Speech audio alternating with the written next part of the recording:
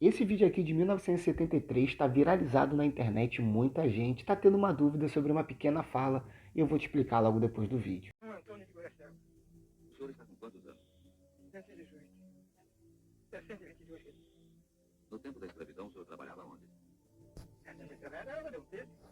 Aqui. E antes de trabalhar para Dom Pedro? Aí se eu sair da fazenda do meu avô, que já vim pra cá e disse pra ele aí, né? O senhor foi vendido por quanto? R$2. Quem foi que vendeu? Foi meu avô, João Antônio de Guaraciaba. Qual o trabalho do senhor na fazenda de Guaraciaba? Eu não trabalhava, eu era garoto que trabalhava.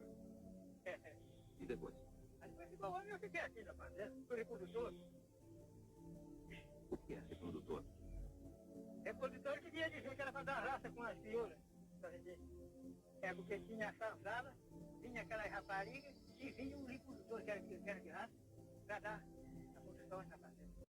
Fala galera, eu sou o Gustavo Paticin com as histórias dos negros que não te contaram e a primeira dúvida nesse vídeo é quando ele fala que trabalhava para Dom Pedro II. O que a gente precisa esclarecer nesse vídeo é que Dom Pedro II ele não tinha escravos, existia um serviço que era feito de ex-escravos que trabalhavam para o Império. Então geralmente eles eram escravos de ganho e principalmente militares e policiais. Então existiam muitos negros que eram policiais, negros que serviam ao Império durante o período imperial aqui no Brasil. O segundo ponto que chama bastante atenção é que ele diz que ele foi vendido pelo próprio avô, Guaraciaba. Não é o barão Antônio Paulo Almeida, tá? O barão de Guaraciaba não é o mesmo avô desse homem aqui, mas era um outro Guaraciaba. O que demonstra que era muito comum esse comércio mesmo entre pessoas negras, principalmente nesse caso, onde o avô dele era dono de uma fazenda. Então provavelmente deveria ter ali também dezenas de filhos, e isso era um comércio muito comum. A gente não está falando de racismo, a gente está falando de economia.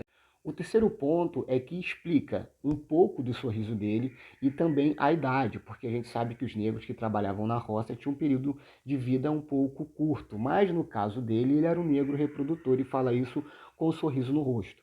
Falas um pouco racistas, quando ele diz negro de raça, isso quer dizer que ele deve ter uma descendência, uma ascendência direto da África. Então, por isso ele deveria ser considerado um preto de raça para poder reproduzir com as crioulas. Geralmente as crioulas são as famosas mestiças e muitas das vezes ali filhas de brancos com negros, enfim. Mas os crioulos eram os mestiços brasileiros. Esse documentário é antigo e se eu me lembro um pouco sobre ele, muitas pessoas falavam que esse homem deveria ter algum tipo de problema por estar falando com isso no sorriso do rosto, enfim. Mas a gente tem que entender que existia um sofrimento que era muito grande do período da escravidão, principalmente para as pessoas que trabalhavam na roça, mas a vida das pessoas que trabalhavam nos centros urbanos ou até mesmo as pessoas que trabalhavam como reprodutor não era essa vida tão cruel como as pessoas dizem, mas era sim uma violação da sua liberdade.